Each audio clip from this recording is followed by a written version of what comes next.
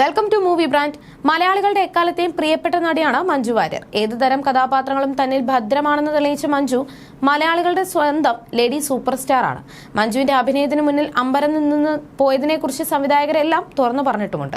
സിനിമയിൽ തിളങ്ങി നിൽക്കവെയാണ് താരം വിവാഹിതയാകുന്നത്. അതോടെ അഭിനയത്തിൽ നിന്നും പിന്മാറിയ താരം 15 വർഷങ്ങൾക്ക് ശേഷമാണ് അഭിനയത്തിലേക്ക് തിരിച്ചെത്തുന്നത്. രണ്ടാം വരവിലും നായികയായി തിളങ്ങിയ മഞ്ജു വ്യത്യസ്തമാർന്ന നിരവധി കഥാപാത്രങ്ങൾ പ്രേക്ഷകർക്കായി സമ്മാനിച്ചു കഴിഞ്ഞു. ഇപ്പോഴിതാ തനിക്ക് നേരെ വരുന്ന വിവാദങ്ങൾക്ക് മറുപടിയുമായി എത്തിയിരിക്കുകയാണ് നടി.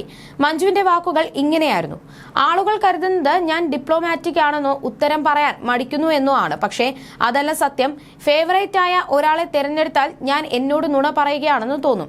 എനിക്ക് ഈ നടനെയും നടിയെയും എല്ലാം ഇഷ്ടമാണല്ലോ എന്ന് ചിന്തിക്കും. അതുകൊണ്ടാണ് ഫേവറേറ്റ് സെക്ഷൻ എനിക്ക് ഇഷ്ടമല്ലാത്തത്. പൊതുവെ ചോദ്യങ്ങൾക്ക് നേരെ ഫോർമാറ്റിൽ ആയിരിക്കും.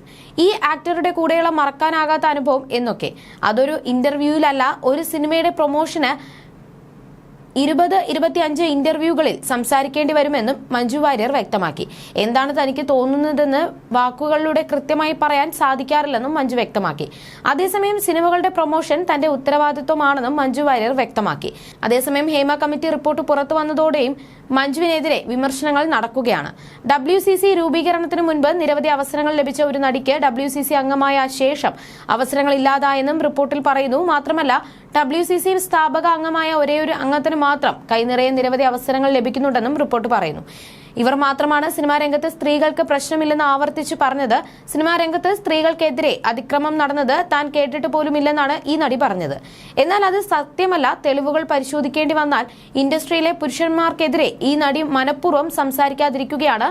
മലയാള സിനിമാ രംഗത്ത് നിന്നും പുറത്താക്കാതിരിക്കാനുള്ള സ്വാർത്ഥത ലക്ഷ്യം മാത്രമാണ് ഇതിന് കാരണമെന്നും റിപ്പോർട്ടിൽ പറയുന്നു. ഹേമ കമ്മിറ്റി പരാമർശിക്കുന്ന നടി ആരാണെന്ന് വ്യക്തമല്ല. എന്നാൽ ഈ നടി മഞ്ജു വാര്യരാണെന്ന് സോഷ്യൽ മീഡിയയിലെ സംസാരം.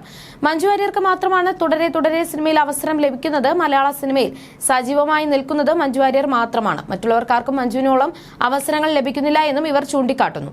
അതേസമയം വേട്ടയാൻ, വിടുതലൈ 2, മിസ്റ്റർ എക്സ് എന്നിവയാണ് മഞ്ജുവിന്റെ പുറത്തിറങ്ങാനിരിക്കുന്ന തമിഴ് സിനിമകൾ. രജനീകാന്തിന്റെ ഭാര്യയായാണ് മഞ്ജു വേട്ടയാനിൽ എത്തുന്നത്. വിടുതലൈ 2-വിൽ വിജയ് സേതുപതിയാണ് നായകൻ. ഫൂട്ടേജാണ് നടിയുടെ പുതിയ ചിത്രം. ഓഗസ്റ്റ് 23-നാണ് തിയേറ്ററുകളിൽ എത്തുക. എഡിറ്റർ സൈജു ശ്രീധർ ആദ്യമായി സംവിധാനം ചെയ്ത സിനിമയാണ് ഫൂട്ടേജ്. വിശാഖ നായർ, ഗായത്രി അശോക് എന്നിവരാണ് ചിത്രത്തിൽ മറ്റ് പ്രധാന വേഷങ്ങൾ ചെയ്യുന്നത്. ചെറിയൊരു ഇടവേളയ്ക്ക് ശേഷമാണ് മഞ്ജു വാര്യർ മലയാളത്തിലേക്ക് വീണ്ടും എത്തുന്നത്.